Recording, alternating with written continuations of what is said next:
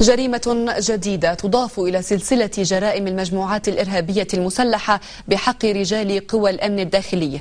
الشهيدان نواف محمد إسماعيل وعلي نايف خضر من قوى الأمن الداخلي تحولا إلى هدف للقتلة باسم ما يسمونه الحرية. بأي ذنب قتلا وتحت أي مسمى باسم الحرية، فأي حرية هذه التي يريدون؟ بتاريخ 23/8/2011 جاني اتصال من أحد زملائي بالمجموعة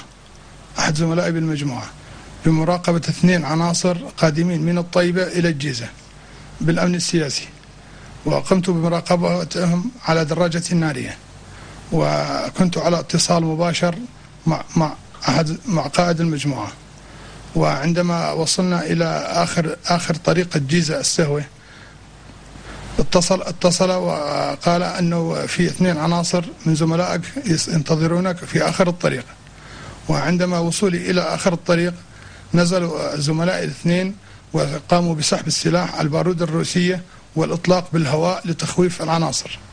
وكنت أنا قربت على الوصول ونزلت من الدراجة وخلصناهم سلاحهم وبطنعناهم بالأرض وركبناهم على الدراجات وحطينا المسدسات في رؤوسهم واصطحابهم. أنا اصطحبت على دراجتي 1 من العناصر وزميلي اصطحب 1 على دراجته، وقمنا باصطحابهم إلى المزرعة.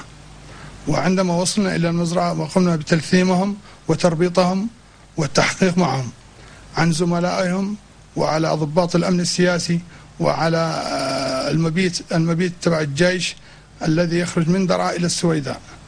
وعندما انتهينا من التحقيق معهم فقمنا باصطحابهم إلى قريب من المزرعة بحدود 200 متر إلى حفر قديمة، وقمنا هناك بقتلهم وقواسهم ودفنهم، ورجعنا إلى المزرعة.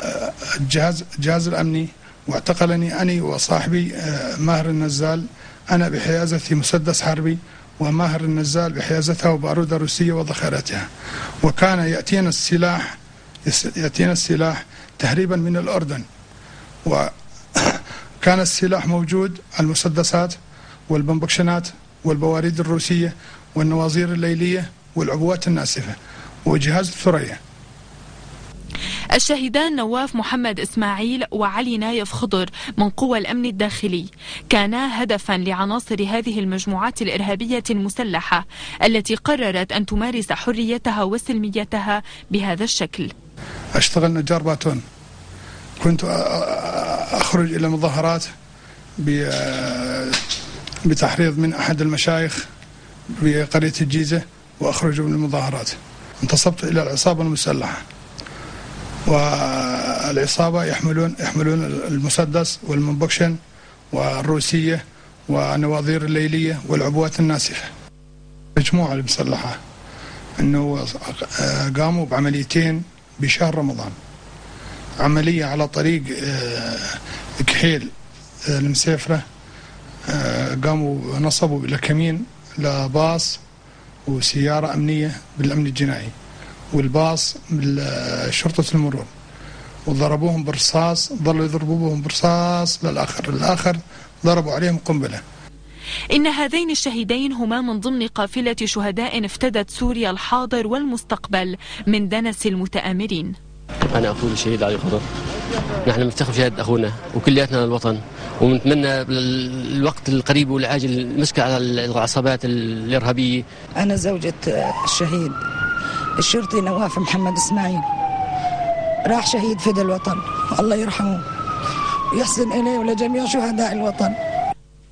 ما عرض ونعرضه اليوم هو حقيقة ما جرى ويجري بشعارات براقة معدة في الخارج يروج لها من قبل الأذرع الإعلامية للحرب على سوريا، وتعطي إشارة البدء لسفك هذه الدماء التي ندخرها للحظة مواجهة العدو الذي يحتل أرضنا.